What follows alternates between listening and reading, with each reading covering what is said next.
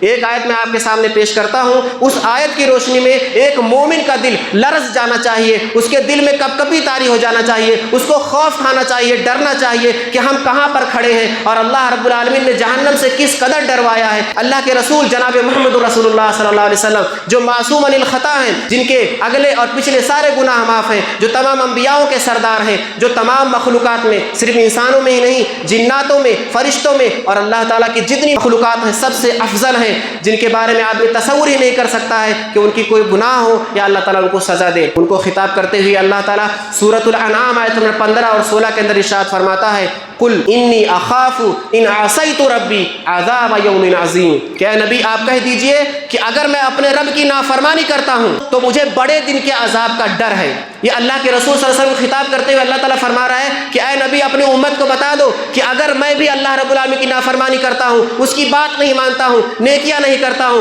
گناہوں کی طرف چلے جاتا ہوں، اس کی نافرمانی کرتا ہوں، تو مجھے بڑے دن کے عذاب کا ڈر ہے۔ وما یصرف عنہ یومئذ فقد رحمہ، کیونکہ اس دن